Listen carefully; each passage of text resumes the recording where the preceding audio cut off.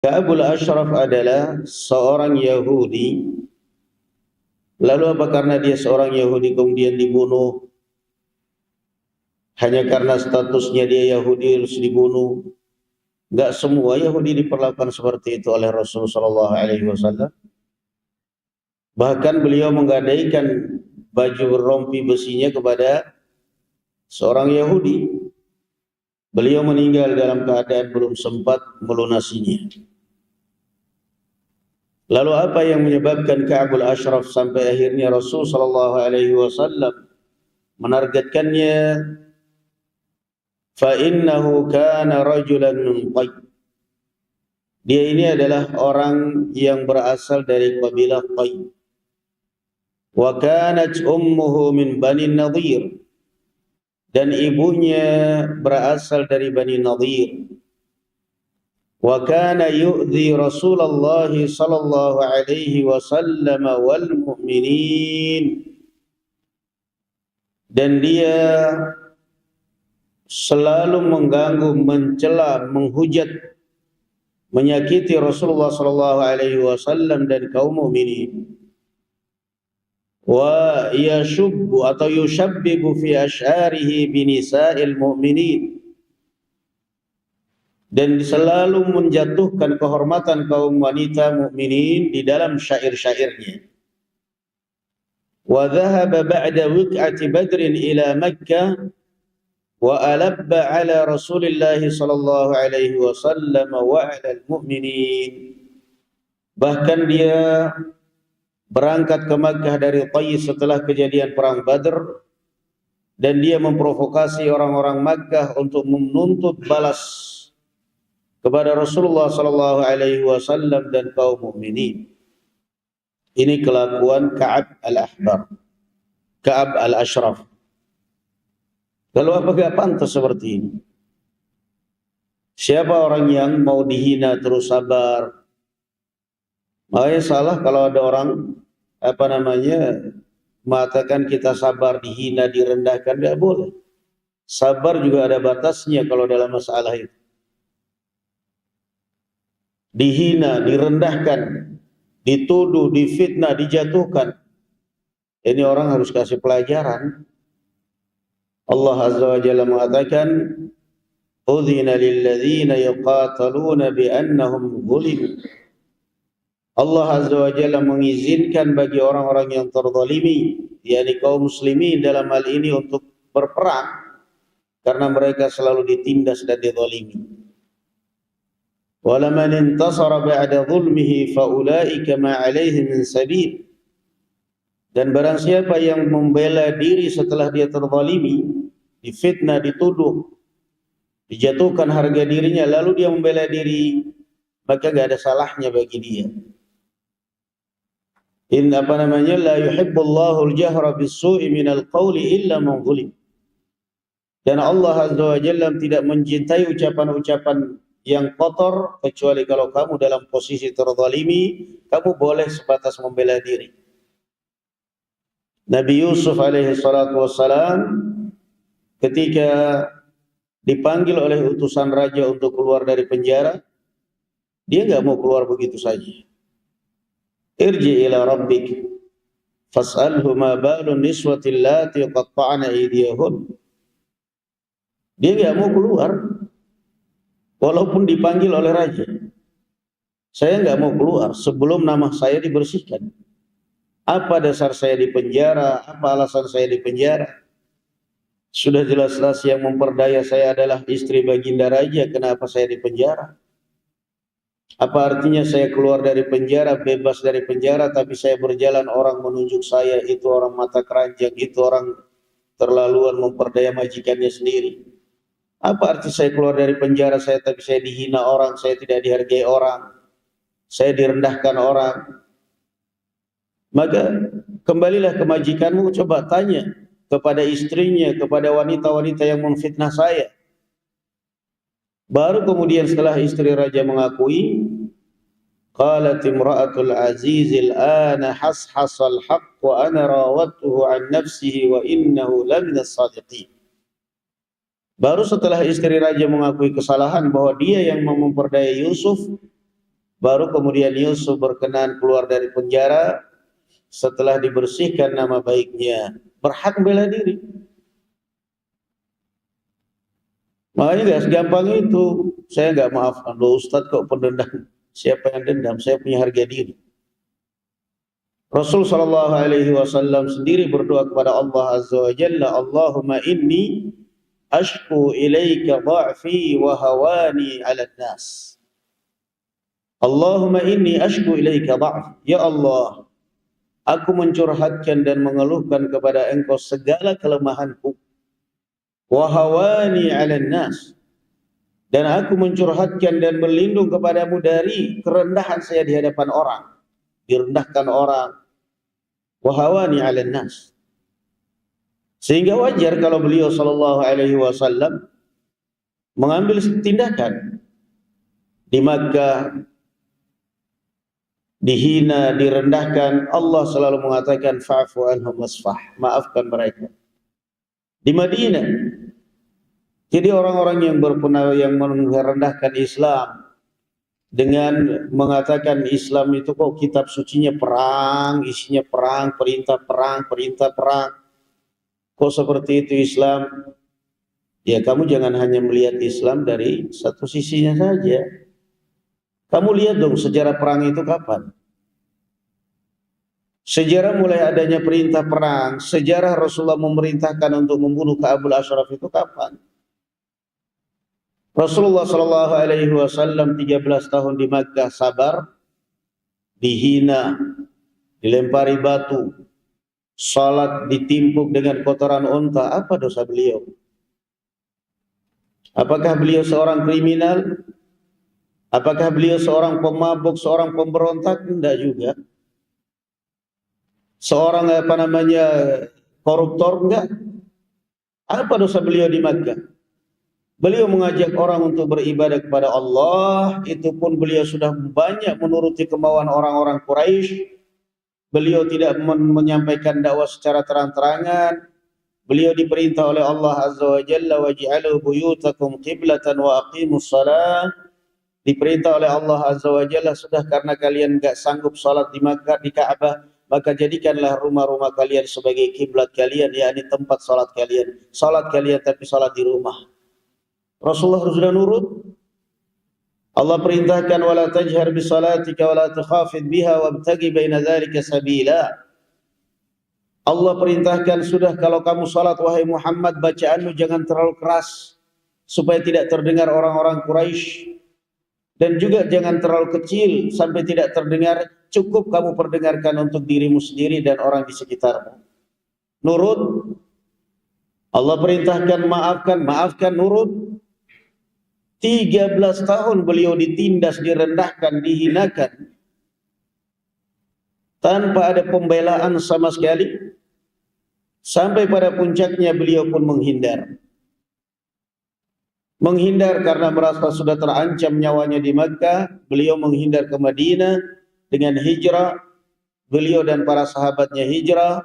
Namun kemudian apa orang-orang Quraisy berhenti? Alhamdulillah Muhammad sudah pergi ke Madinah, bebas, kita sudah bernapas lega. Enggak juga. Orang sudah menghindar, sudah melarikan diri, sudah pergi, bahkan bahasanya sudah diusir, masih saja dikejar. Masih saja di Madinah dikepung. Perang Ahzab. Masih saja diserang. Mau sampai kapan? Jadi itulah kebodohan orang-orang yang punya dendam dan dengki kepada Islam. Kenapa Islam itu perintahnya perang, melulu perang. Ya kamu jangan hanya lihat perangnya, lihat sebabnya dulu. 13 tahun Rasulullah di Makkah selalu sabar. Siapa yang bisa sabar seperti itu? Sudah pergi ke Makkah, masih sampai Madinah, masih aja dikejar. Wajar dong beliau membela diri. Barulah kemudian Allah Azza wa Jalla mengizinkan kaum muslimin, mengizinkan kaum mukminin untuk berperang. Untuk membela diri. Kalau tidak kamu akan terus-terusan dihinakan, kamu akan terus-terusan direndahkan, kalian akan terus-terus menjadi mangsa mereka. Maka Allah Azza wa Jalla pun mengizinkan kaum muslimin Na'am wa qatilul musyrikina kaffatan kama yuqatilunakum kaffah. Perangilah kaum musyrikin secara kaffah sebagaimana mereka memerangi kalian secara kaffah. Jadi jangan hanya melihat kok membunuh Ka'ab al-Ashraf, kok perang. Lihat dulu dong sebabnya. Jangan melupakan sebab. Ka'ab al-Ashraf seperti itu kelakuannya, mulutnya kotor. Merendahkan, merusak merendahkan kehormatan kaum wanita mukminat dalam syair-syairnya. Dalam bait syairnya memprovokasi orang-orang Makkah untuk balas dendam kepada Rasulullah.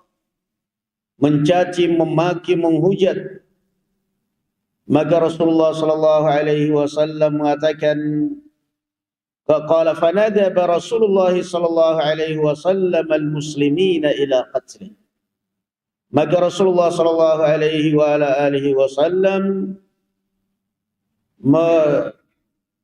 merintahkan kaum muslimin untuk membunuhnya. Dan ini juga sebagai catatan kita ya. Antum lihat orang-orang Yahudi sekarang, apalagi di Israel, di Iran, pada lancar bahasa Arabnya.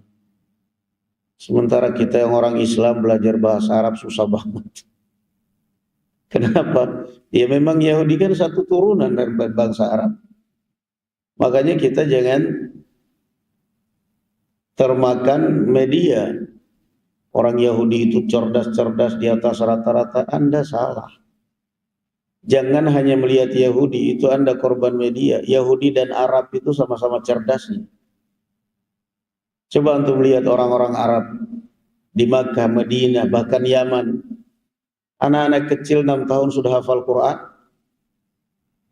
Bedanya kalau bangsa Arab larinya ke agama, kalau Yahudi larinya ke dunia. Anak-anak kecil di Makkah, di Madinah sudah hafal Sahih Bukhari, Sahih Muslim, bahkan Kutubus Sittah. Coba itu kalau larinya kepada dunia. Wah, itu sudah hafal tombol semua, nuklir, tombol sekecil apapun sudah hafal. Orang Al-Quran aja tajwidnya, makhrajnya, harokatnya, sampai ayatnya mundur pun mereka hafal. Cuman bangsa Arab larinya ke agama, Yahudi larinya ke dunia. Tapi kalau masalah cerdas mereka sama. Satu turunan memang mereka sendiri dari keturunan Syam bin Nuh. Arab dan Yahudi satu turunan, Syam bin Nuh. Dan itu memang sudah sunnatullah azza wa jalla. Mereka mulai menanam dendam kepada bangsa Arab karena kecewa berat nabi yang nabi yang selama ini mereka tunggu-tunggu ternyata dari Arab, bukan dari Yahudi. Dari Israel bukan, ternyata dari bangsa Arab. Sehingga sama ini dari Tayyib, Ka'ab al-Ashraf dari Tayyib, Yahudi. Faqala man li Ka'ab ibn al-Ashraf fa innahu qad adha Allah wa rasulah. Maka Rasulullah sallallahu alaihi wasallam mengatakan, siapa di antara kalian wahai para sahabatku yang mau saya utus untuk membuat perhitungan dengan Ka'ab al-Ashraf? Karena dia sudah banyak menyakiti, menghujat agama Allah azza wa jalla dan menghujat Rasulnya. Kalau dibiarkan juga akan menjadi motivasi bagi orang lain melihat, oh ternyata ini orang lemah, ini orang ternyata enggak punya nyali. Qala fantadaba rijalun minal ansar thumma minal aus. Maka berdirilah beberapa orang dari Ansar dan dari Aus. Wahum Muhammad ibn Maslamah. Makanya dakwah ini perlu juga pemberani. Di samping perlu orang dermawan, perlu orang yang baik, perlu orang yang taklim, perlu juga orang yang berani, yang pasang dada untuk melindungi dan membentengi dakwah. Qala fantadaba Tayyib wa hum Muhammad ibn Maslamah wa Abbad ibn Bishr ibn Waqsh wa Abu Nailah wa ismuhu Salkan ibn Salamah ibn Waqsh wa kana akha Ka'ab bin al-Ashraf min ar-radha'ah. Dan mereka berdua, Abbad ibnu Bishr, Waqs dan Abu Nailah, mereka ini adalah saudara sesusuan Ka'ab ibn al-Ashraf. Ka'ab ibn al-Ashraf. Lihat ya ikhwan, barakallahu fikum, bagaimana yang namanya darah. Lihat betapa berpengaruhnya aliran darah. Makanya ada tes DNA. Makanya Umar bin Khattab radhiyallahu anhu mengatakan, takhayyaru linutafikum fa innal irqa dassas. Berhati-hatilah kalian di dalam memilih pasangan hidup untuk menanam benih kalian, karena sesungguhnya ras itu najis. Maksudnya apa ya ikhwan? Coba lihat. Maksudnya yang namanya keturunan itu tetap ada pengaruhnya. Tetap ada pengaruhnya walaupun sekecil apapun. Ibunya Yahudi Bani Nadir, apalagi yang terlebih lagi wanita. Yang sangat berpengaruh itu adalah wanita. Kenapa? Karena dialah yang pertama kali mentransfer karakter kepada sang anak dengan lewat air susunya. Sehingga kebanyakan anak mesti akan condong kepada ibunya, apalagi kalau bapaknya nggak perhatian. Anak condong kepada ayahnya karena sering dikasih duit, sering dimanjakan, sering ini. Atau karena ibunya baik. Kamu hormati bapakmu, itu bapakmu datang, sambut, salaman.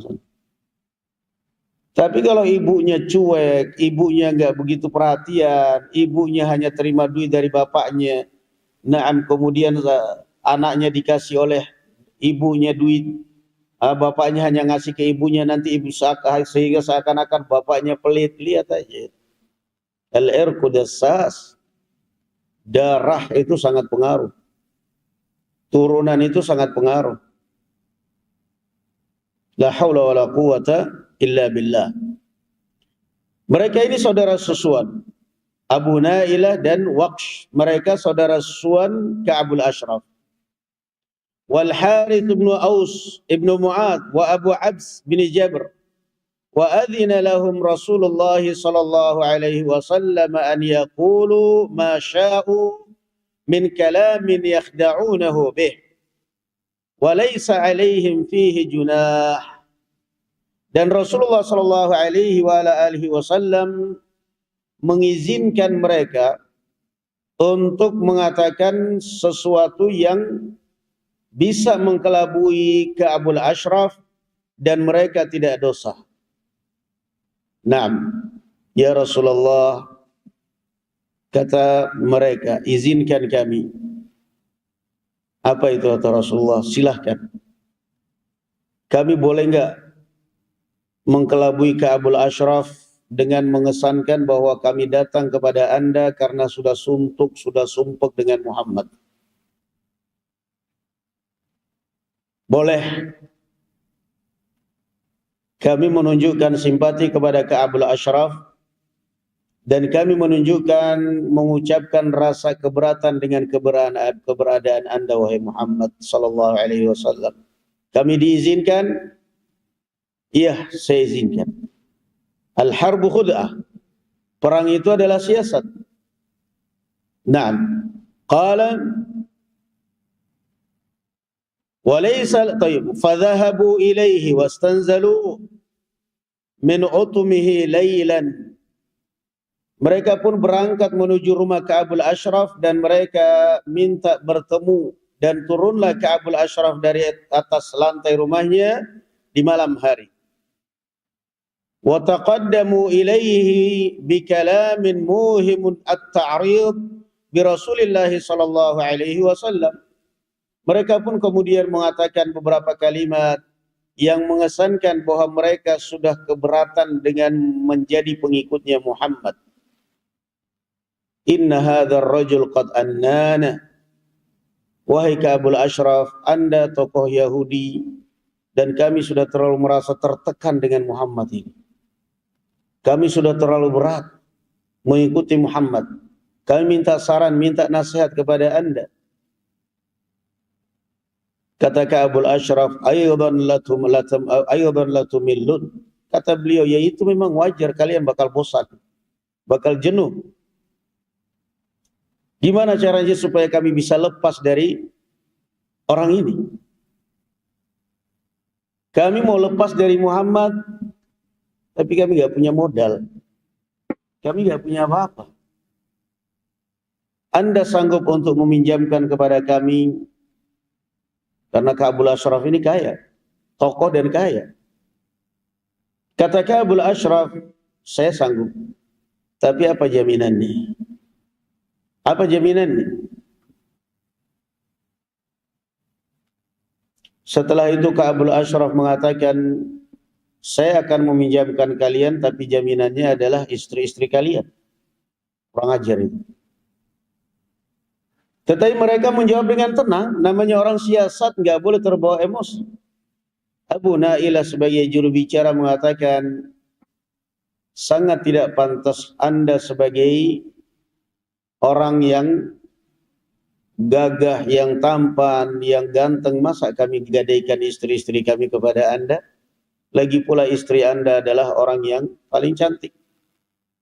Itu sama saja merendahkan Anda. Mikir dia, ya sadar. Tarhanuni auladakum. Kalau begitu anak kalian gadaikan ke saya. Saya akan minjamkan kepada kalian, sekalian gadaikan anak-anak kalian. Kalau begitu sama saja dengan kami menghinakan diri. Nanti kami akan dimaki oleh bangsa Arab, kami akan dicela oleh orang-orang Arab, orang yang nggak punya harga diri, menggadaikan anaknya demi sekarung gandum. Kata Abu Nailah, bagaimana kalau kami pinjam kepada anda, kami gadaikan pedang. Sehingga mereka datang bawa pedang, dia nggak curiga. Karena ini gadai katanya. Masya Allah. Al-harbu khud'ah. Dia pun setuju. Kata Syekh Ibn Utsaimin ketika mengomentari bisa ini, hadza fihi ghaban. Ini orang juga menunjukkan apa namanya, nggak punya otak. Tapi memang itu adalah cara Allah Azza wa Jalla. Mau digadaikan, mau meminjamkan, tapi jaminannya senjata. Sehingga orang datang bawa senjata, dia nggak curiga. Begitu mendengar suara dipanggil malam hari, istrinya mengingatkan, inni sami'tu sautad dam. Jangan turun wahai suamiku. Kok saya firasatnya nggak baik, nggak enak. Kok perasaan saya kayak ada suara darah mendidih. Jangan. Dia malah dengan angkuh mengatakan, innal karima law du'ya ila sayf la ajab. Mereka itu adalah saudara saya, saudara sesusuan saya. Mereka ingin ketemu saya, ingin pinjam dari saya. Sudah sepakat jaminannya pedang. Yang namanya Al-Karim, yang namanya orang baik, pemberani, kalaupun diajak duel dengan pedang, dia tidak akan pernah mundur. Turunlah dia. Siasat, al-harbu khud'ah. Qala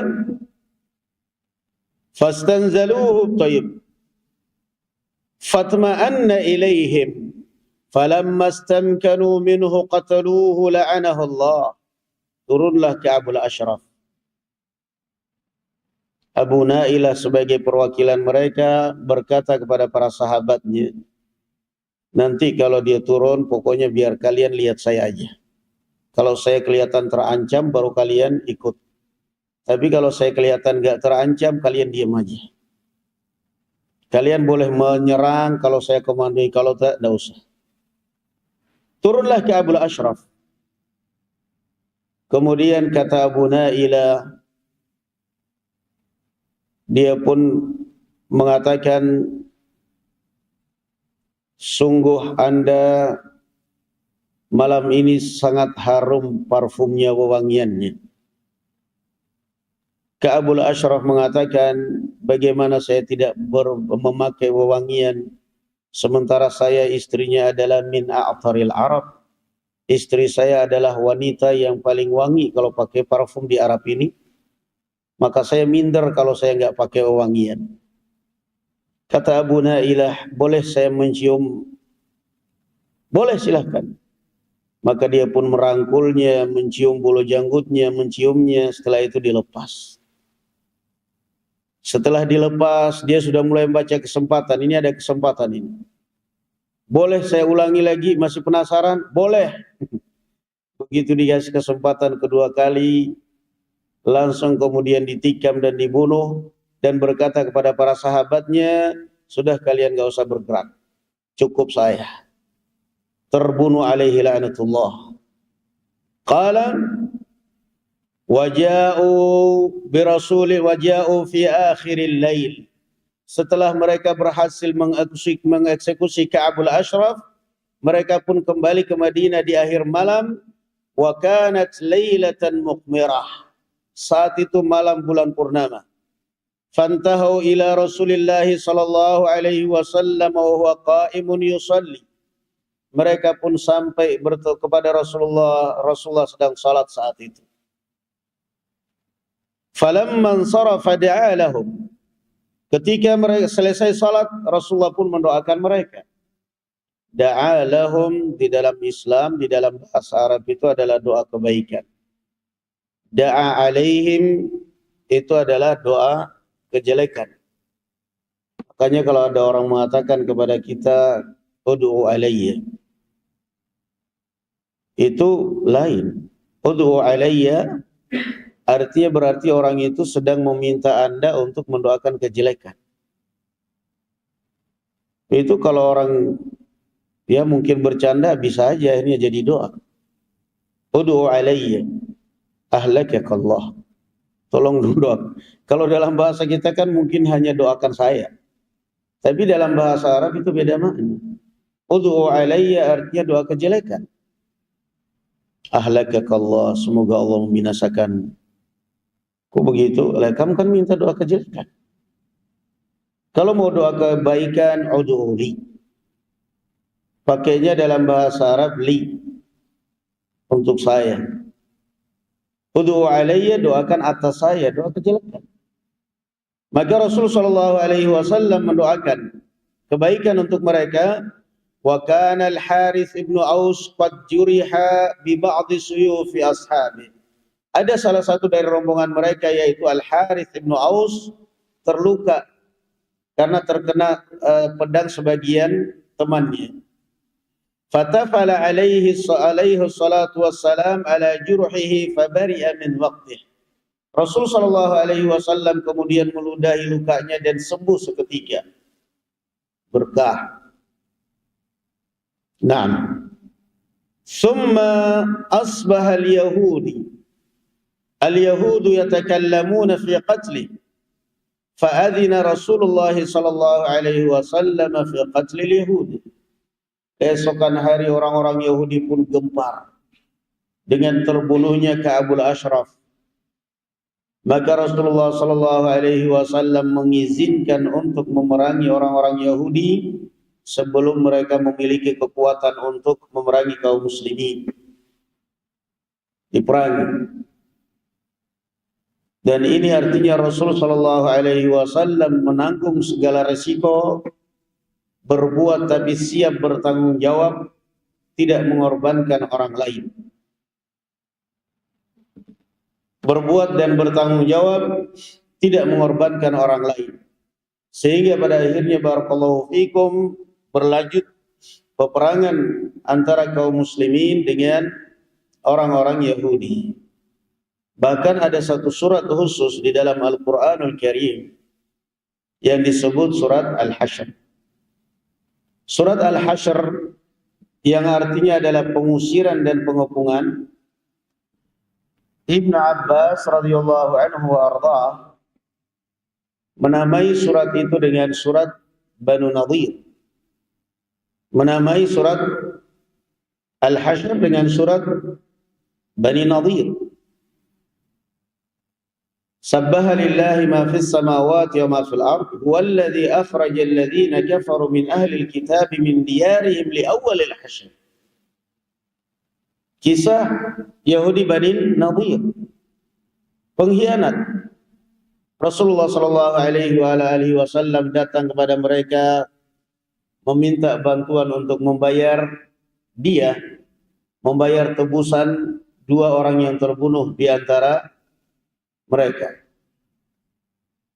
Karena ada perjanjian damai, kerjasama, sehingga wajar Rasul Shallallahu Alaihi Wasallam datang meminta bantuan. Dan ini menunjukkan bahwa tidak ada salahnya kaum muslimin minta bantuan kepada Yahudi. Sehingga apa yang dilakukan oleh sebagian saudara kita kaum muslimin sekarang, kadang-kadang menghujat pemerintah Arab Saudi, kenapa kok malah minta bantuan, minta perlindungan dari Amerika, bekerja sama. Tidak ada salahnya. Rasul Shallallahu Alaihi Wasallam ke Taif itu minta perlindungan, sampai dilempari batu oleh orang-orang Taif. Tidak ada salah sama sekali. Yang salah orang yang menilai saja. Rasul minta bantuan, mereka pun menyanggupi. Sambil Rasulullah Shallallahu Alaihi Wasallam menunggu bantuan, beliau bersandar di barakallahu fikum salah satu tembok rumah mereka. Beliau ada Abu Bakar di sampingnya, ada Umar, ada Ali, ada beberapa sahabat mengawal beliau. Yahudi kemudian mereka berbisik-bisik dan mereka mengatakan kalian tidak akan pernah mendapatkan kesempatan kedua kali untuk membunuh Muhammad. Sekarang ini kesempatan emas. Man ya'khudh hajar ar-raha? Siapa di antara kalian yang mau mengambil batu penggiling gandum yang besar, ambil, naik di atas lantai 2 atau lantai 3 rumah ini, lemparkan di kepala Muhammad. Sehingga kita akan mengatakan kepada Arab bahwa Muhammad meninggal karena kejatuhan. Gak ada yang menjatuhkan, gak sengaja, itu kejatuhan batu. Lihat busuknya orang Yahudi. Bukan Yahudi kalau gak pengkhianat. Bukan Yahudi kalau gak pengkhianat. Mau sampai kapanpun bekerja sama, tetap aja Yahudi pengkhianat.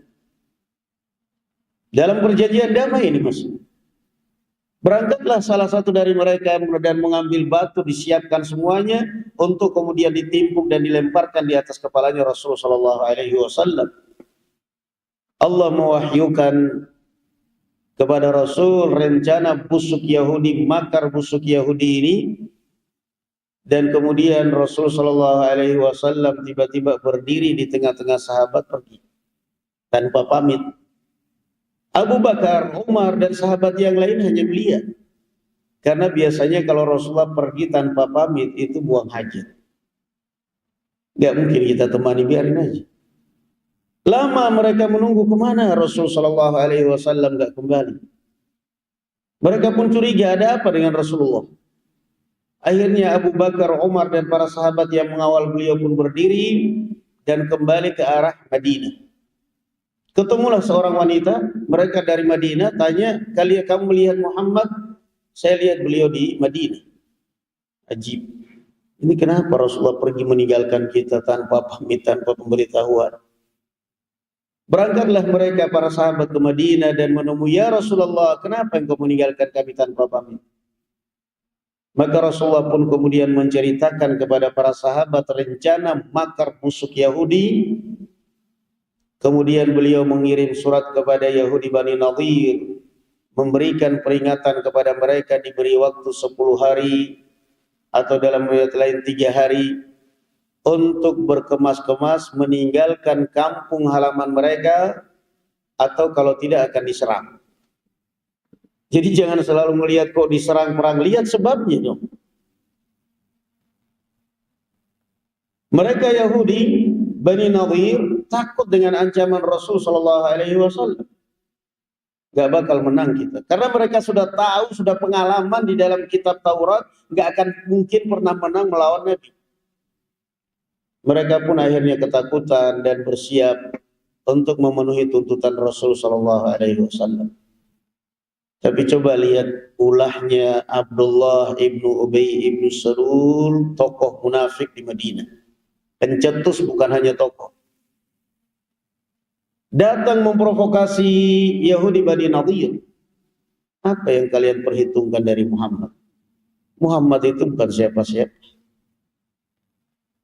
La in ukhrijtum lanakhrujanna ma'akum wa la in qutiltum lanansurannakum wallahu yashhadu innahum lakadzibun. Kata Abdullah bin Ubay bin Salul, kalian Tidak usah takut dari Muhammad. Muhammad berani memerangi kalian, saya punya 2000 pasukan untuk membela kalian, untuk berpihak pada kalian. Saya akan berada di barisan kalian. Tidak perlu kalian takut dari Muhammad. Yang tadinya mereka sudah berkemas-kemas mau meninggalkan kampung mereka daripada diserang, balas nantang Rasul Shallallahu Alaihi Wasallam. Nah, inilah bahayanya orang kalau nggak punya prinsip. Makanya ambil prinsip hidup orang itu, yang namanya besi itu nggak bakal hancur dengan kamu hancurkan. Dia akan hancur dengan karatnya sendiri, itu besi. Itulah manusia kalau nggak punya prinsip. Tadinya sudah diberi kebebasan oleh Rasulullah, kalian silahkan tinggalkan. Kalian bawa barang-barang kalian semuanya, kalian bawa semuanya, terserah. Gara-gara provokasi orang Yahudi, orang munafik, mereka jadi menantang. Rasul Shallallahu Alaihi Wasallam mendapatkan tantangan seperti itu, beliau berangkat dengan pasukan. Dikepung li awwalil hasyr, pengepungan berlangsung. Mereka akhirnya waqadha fi qulubihim ar-ru'b, ketakutan. Yukhribuna buyutahum bi aydihim wa aydil mu'minin fa'tabiru ya ulil absar. Mereka akhirnya merusak rumah-rumah mereka sendiri. Rasulullah mengizinkan kalian hanya boleh membawa dari harta kalian sebatas yang bisa dibawa oleh satu ekor unta, itu saja sudah. Tinggalkan. Di Madinah orang-orang munafik menyebarkan fitnah bahwasanya Rasulullah dan para sahabat sedang perluasan wilayah. Jadi kalau ada orang mengatakan perang antara Arab dengan Yahudi adalah rebutan wilayah, turunan Abdullah bin Ubay bin Salul, munafik orang seperti itu. Bukan masalah rebutan wilayah, ini masalahnya agama. Rasul wajar perluasan wilayah di Bani Nadir karena di Bani Nadir banyak kurma, banyak kebun di sana, tinggal menikmati hasil. Panas telinga orang munafik itu, bikin panas telinga. Maka Rasul perintahkan para sahabat untuk menebas pohon kurma-kurma orang Yahudi, sebagian ditebang, sebagian dibakar. Perintahkan. Orang Yahudi teriak, wahai Muhammad, kenapa kamu tebang, kenapa kamu bakar? Beliau hendak menunjukkan kepada mata dunia bahwa saya memerangi kalian bukan karena rakus dengan harta kalian, karena agama. Ma qata'tum min linatin aw taraktumuha qa'imatan ala usuliha fa bi'idnillahi wal yukhziyal fasiqin. Apapun dari pohon kurma yang kalian bakar, kalian tebang atau kalian biarkan, itu semua ada izin dari Allah Subhanahu wa taala, dan untuk menghinakan orang-orang munafik yang menuduh, yang menfitnah bahwa Rasulullah sedang perluasan wilayah. Masya Allah. Waktu ditebang, habis orang-orang Yahudi Bani Nadir. Diabadikan di dalam Al-Quran. Bahkan barakallahu fikum diabadikan kamathali syaitan idh qala lil insani kfur falamma kafara qala inni bari'un minka inni akhafu Allah rabbal alamin. Bahkan diabadikan oleh Allah, mereka munafikin ini adalah laksana syaitan yang memurtadkan orang, yang berkata kepada orang, kafirlah kamu. Setelah mereka kafir, setan pun mengatakan, saya berlepas diri dari kalian, saya takut kepada Allah Subhanahu wa taala. Itu Yahudi Bani Nadir. Terakhir barakallahu fikum ya ikhwan. Ini tambahan aja ini. Dari surat Al-Hasyr, Yahudi Bani Nadir, bukan Bani Quraidah, Bani Nadir. Di dalam surat Al-Hasyr ini juga bagaimana Allah Azza wa Jalla mengibaratkan orang munafik dengan syaitan. Kamathali syaitan. Di dalam tafsir Al-Imam Ibnu Katsir rahimahullahu taala, beliau mengisahkan sebuah kisah yang penuh ibrah, yang penuh pelajaran bagi setiap muslim.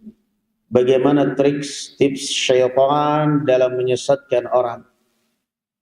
Beliau mengisahkan seorang ahli ibadah. Ini tambahannya, ini udah luar.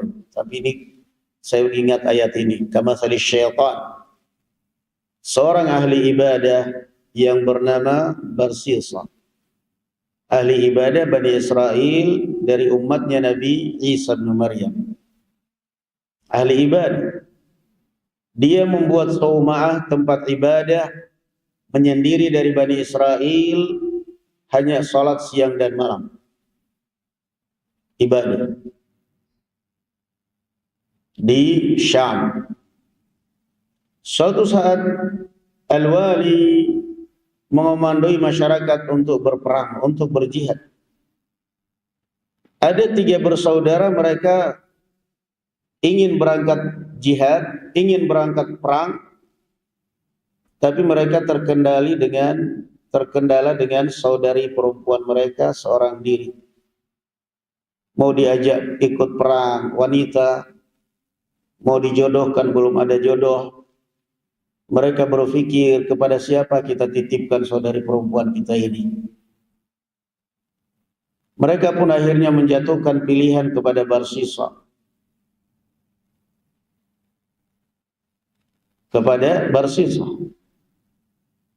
Datanglah mereka kepada Barsisa. Barsisa menolak mentah-mentah, saya nggak bisa. Saya tidak bisa diganggu, saya tidak bisa terganggu karena saya ibadah. Mereka pun mendesak, memaksa. Akhirnya terjadilah kesepakatan, dibikinkanlah rumah saudari perempuan mereka ini di dekat tempat ibadahnya Barsisa. Nah, itu juga bahayanya ya. Nah, kelemahan laki-laki itu kan wanita. Jangan bilang sok ibadah, jangan bilang ini ustadz, jangan bilang ini kiai. Ini kalau udah kayak gitu itu udah gak ada ustadz, gak ada kiai, itu udah urusannya iman udah. Iman kuat kadang-kadang bisa kalah dengan nafsu mau apa. Dibikinkanlah tempat ibadah di samping tempat rumah, di tempat samping. Kemudian Barsisa setiap hari ketika dia masak, menyisakan dari masakannya untuk si wanita ini, diantarkan di depan rumahnya, ketuk pintu. Setelah itu dia pulang cepat-cepat ke tempat ibadah, tidak mau melihat si wanita, takut terfitnah, gak mau lihat. Berjalan beberapa lama, syaitan datang menyamar dalam bentuk laki-laki yang saleh. Barsisa, kamu yakin makanan yang kamu titipkan untuk si wanita itu dimakan oleh si wanita? Kalau pas kamu tinggalkan ketuk pintu, kamu cepat-cepat balik ke rumah, ternyata dimakan kucing, dimakan anjing. Terus gimana? Ya paling tidak kamu lihat dulu lah. Kamu intipin dulu, pastikan kalau yang ambil si wanita itu. Oh ini masuk, iya juga ya. Iya juga. Akhirnya dikasih makan, ketok pintu, pulang ke tempat ibadah, diintip, pastikan diambil oleh si wanita, baru masuk tempat ibadah. Akal-akalannya syaitan ini. Nah, kan memang begitu prosesnya. Nadhratun fabtisamatun fakalamun famau'idun faliqa. Berawal dari pandangan, berbicara senyum, bicara, berjanjian, bertemu, setan terjadi. Berjalan, kemudian lama-kelamaan syaitan datang lagi. Kamu, perasaan kamu sebagai laki-laki, rasa tanggung jawab kamu sebagai laki-laki di mana? Kamu memberikan makanan kepada manusia seperti kucing. Kamu kasih makan, habis itu kamu tinggal. Paling enggak kamu nanya gimana keadaan, sehat atau gimana? Oh, iya juga ya. Kamu ngasih makan manusia apa kucing? Jadi Masya Allah itu, setan itu mengambil perasaan orang itu luar biasa. Akhirnya dia pun percaya, iya juga. Mulailah ditungguin di depan pintu, sampai si wanita keluar, ditanya sehat, balik ke tempat ibadah. Tapi ini kan paling tidak sudah membayangkan. Ayo juga ya. Paling tidak karena sudah kebayang itu. Berjalan, lama-kelamaan setan datang lagi. Kamu kok jadi laki-laki sekejam dan setega itu? Namanya wanita ya paling tidak diajak ngobrol sebentar. Paling tidak kamu masuk dalam rumah, dosanya apa? Kamu cuma masuk sebentar, ajak ngobrol sebentar, habis itu keluar lagi. Mulailah Barsisa berpikir, iya juga. Akhirnya sudah mulai tahap ketiga, dia bukan hanya sekedar ngantar, tapi numpang parkir sebentar di dalam rumah, ngobrol sebentar. Lalu Rasulullah mengatakan apa? La yakhluwanna rajulun bimra'atin illa wasyaitanu thalithuhuma. Kalau sudah ada laki-laki berduaan dengan wanita yang bukan mahram, maka setan adalah yang ketiga.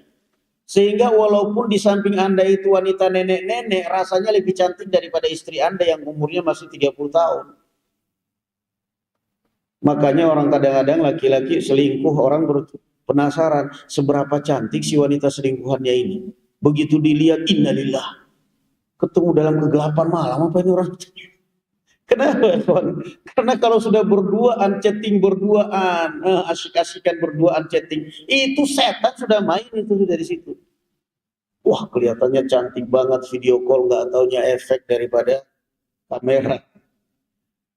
Sudah aja ngobrol. Innalillah, lama-kelamaan akhirnya berzina, yang tadinya dari ahli ibadah berzina sampai punya anak. Punya anak, setan datang lagi, bersisa. Nanti kalau saudaranya wanita ini pada pulang dari perang, saudari mereka punya anak, apa kamu gak malu bakal terbongkar semua rahasiamu? Kamu ahli ibadah yang selama ini dicintai, disegani, dikagumi oleh orang-orang Bani Israel, tiba-tiba terbongkar semua aibmu, gimana? Terus apa? Ya kamu bunuhlah itu bayinya. Dibunuh ya si bayinya, kuburkan. Tenang? Enggak. Setan datang lagi, bersisa. Kamu kira ada seorang perempuan yang tega anaknya dibunuh? Ibunya mesti bakal menyimpan dendam. Kapan saudaranya pulang, dia akan bongkar semuanya kelakuan kamu di hadapan saudaranya, dan kamu akan bisa-bisa dihukum mati oleh Bani Israel. Sudah gitu kamu dipermalukan. Nah, terus gimana? Ya kalau bunuh anaknya ya dua-duanya sekalian sama ibunya. Dibunuh akhirnya ibunya. Dari ahli ibadah yang akhirnya kemudian menjadi penzina, berzina, dan akhirnya menjadi pembunuh. Na'udzubillah. Syaitan idh qala lil insani. Pulanglah kemudian 3 saudara mereka ini dari jihad. Mereka pun datang ke Barsisa menanyakan saudari mereka. Barsisa menangis, mengatakan, saudari kalian sakit. Saya sudah berusaha mengobati namun tidak tertolong. Qadarullah meninggal dan sudah saya kuburkan. Mereka pun berterima kasih kepada Barsisa, sudah merepotkan, sudah menjaga saudari mereka. Pulang. Malam hari, setan datang lagi kepada saudarinya wanita ini. Dalam mimpi, saudari kalian bukan sakit meninggal, saudari kalian dibunuh oleh Barsisa setelah berzina dengannya sampai punya anak. Kalian tidak percaya, gali di samping rumahnya, kalian akan dapati tulang belulang saudari kalian dan bayinya. Esok hari mereka cerita, 3 saudara ini, saya kok bermimpi begini. Yang satu lagi mengatakan kok sama, yang satu lagi mengatakan kok sama. 3-tiganya setan itu, coba lihat. Sama semua mimpinya. Mereka datang kembali ke tempatnya Barsisa, meminta pertanggungjawaban. Jujur Barsisa. Barsisa tetap mengatakan sakit. Mereka kemudian menyeret Barsisa, menunjukkan kuburannya seperti yang ditunjukkan di dalam mimpi mereka. Kemudian digali kuburan itu, mereka mendapatkan di dalamnya ada tulang saudari mereka dan ada bayinya di sampingnya. Ada 2 kuburan, kuburan besar sama kuburan kecil. Mereka dapatkan. Barsisa yang tadinya ahli ibadah, yang dikagumi, yang disegani, akhirnya dibawa ke mahkamah Bani Israel, diseret dari tempat ibadah, permalukan, diikat, dan akan dieksekusi mati. Dalam kondisi terikat, Barsisa panik, ketakutan dan malu tertunduk. Syaitan datang kembali. Wahai Barsisa, saya yang menjerumuskan kamu dalam kejadian ini. Kamu masih kenal saya? Kenal. Maka saya pula yang bisa menolong kamu dalam kejadian ini. Saya pula yang bisa menyelamatkan kamu, saya tahu caranya. Apa itu kata Barsisa? Satu syarat. Saya bisa menyelamatkan kamu, saya bisa menolong kamu, tapi satu syarat. Apa syaratnya kata Barsisa? Kata syaitan, syaratnya satu, kamu sujud di depan saya. Maka dia pun sujud di hadapan syaitan. Yang tadinya sujud di hadapan Allah Subhanahu wa taala, sujud kepada syaitan, sekarang sujud di hadapan syaitan sekarang. Setelah dia pun bersujud di hadapan syaitan, syaitan pun mengatakan, syaitan mengatakan, kamathali syaitan idh qala lil insani kfur falamma kafara, setelah kafir, setelah sujud kepada syaitan, syaitan pun mengatakan, inni bari'un minka inni akhafullaha rabbal alamin. Syaitan mengatakan, saya berlepas diri dari engkau wahai Barsisa, saya takut kepada Allah, saya takut dosa. Itu setan.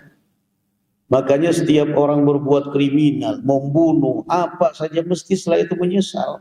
Padahal tadinya semangat banget. Kenapa? Ketika dia mau membunuh, ketika dia mau berzina, ketika dia mau mencuri, ketika dia mau berbuat dosa, kok semangat banget? Kenapa? Setan yang dorong. Alam tara anna arsalna syayatina alal kafirina ta'uzzuhum azza. Tidakkah kalian lihat bahwa kami mengutus syaitan kepada orang-orang kafir, kepada orang-orang pelaku dosa, untuk selalu mendorong mereka, ayo, ayo, ayo, ayo, gak apa-apa, kesempatan, gak bakal terulang kedua kali, ayo, kesempatan ini. Tapi setelah itu apa? Inni bari'um minka inni akhafullah rabbal alamin. Lepas diri. Itulah yang dikatakan oleh Allah di dalam Al-Quran, min syarril waswasil khannas. Bahwa syaitan itu memiliki dua trik, waswas, khannas. Waswas, yakni pada saat hati kita lalai. Pada saat kita lalai, dia akan terus membisikkan waswas. Ayo, ayo, ayo, ayo. Kalau kamu nggak korupsi, kapan kayanya? Kapan bisa beli ini? Ayo, ayo. Kemudian setelah itu khannas. Begitu kita turuti atau kita berzikir kepada Allah, khannas, dia pun menyingkir, menjauh. Jadi ini tadi kilas tambahan dari kisah barakallahu fikum surat Al-Hasyr. Yahudi Bani Nadir yang diperangi oleh kaum muslimin, dan di situ juga ada bahkan Allah mengibaratkan Abdullah bin Ubay bin Salul dan Yahudi sekitarnya seperti syaitan yang berkata kepada manusia, kafirlah kalian. Kemudian kisah Barsisa, bagaimana syaitan menghancurkan karirnya, menghancurkan nama baiknya, menghancurkan ibadahnya, berawal semuanya dari wanita.